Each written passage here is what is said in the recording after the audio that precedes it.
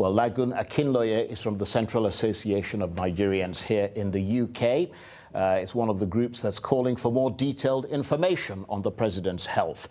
Thank you very much indeed for coming in. Are you reassured by that statement from the Vice President, now acting President, Yemi Osinbajo? I think the Vice President, Mr.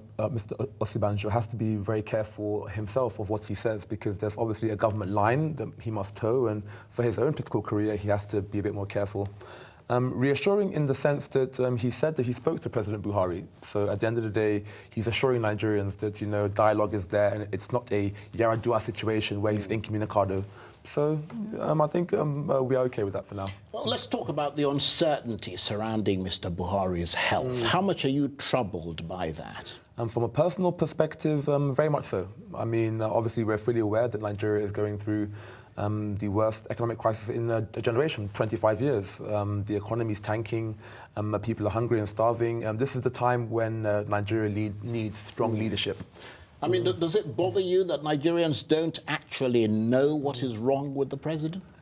Sadly, it does, but there seems to be a situation where if a Nigerian head of state is ill, they prefer to keep such illness shrouded in mystery and secrecy, for whatever reason. I spoke to the president's spokesman, Femi Adesina, earlier, and he said President Buhari was planning to deliver a video message this week. Will that be enough to reassure Nigerians like yourself, or is it likely to be seen as contrived? Because I think the late President Yaradua did something similar and subsequently took a turn for the worse. In comparison to Yaradua, I don't actually think that during his illness he released a video. People have actually been wondering whether President Buhari is actually alive. I got a phone call from Nigeria the other day saying, oh, Buhari is dead. That is enough to let you know that people are actually incredibly unsure about how he is right now. So a video would actually be quite helpful at this current period.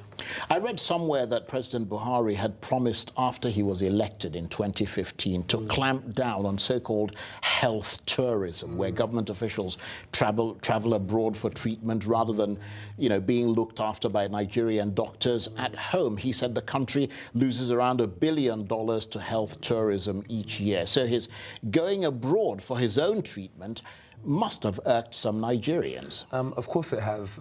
Sadly, the current government policy has come in from a lot of stick as of recent. I mean, for example, even the State House Clinic in the presidency receives $90 million a year. And with that allocation, he still travels abroad to get medical attention. The 14 teaching hospitals in Nigeria receive up to $60 million a year. These are very minimal sums. The Nigerian health sector is at a very porous and low level. And rather than put money into it to ensure that the average Nigerian gets healthcare, people with money fly to Germany, fly to Saudi Arabia. And it is a slight on the government, sadly, yes. What about President Buhari on the international stage? I mean, here Nigeria is the most populous country in Africa, seen as the firm sort of representative of the continent, second biggest economy there.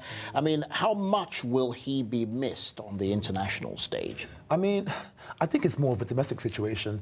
Internationally, during his first year or so, he went to the G7 summit, the G10 summit. He was hosted by governments around the world. We can see him meeting with the Chinese in those pictures. Yes, Nigeria is vital for the progress of not only Africa, but for the world.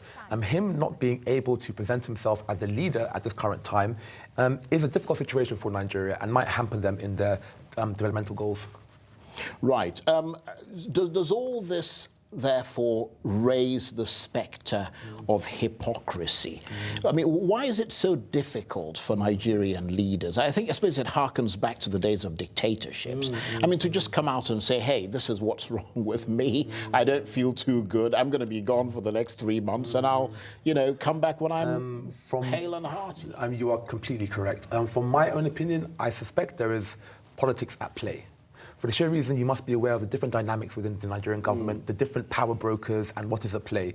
If a rival is aware that you're not feeling well or that you're unwell, then horse trading can begin, maybe to find a replacement, maybe to even topple you at the end of the day. So they prefer to keep things quiet to, in a way, protect themselves against unnecessary horse trading and jockeying.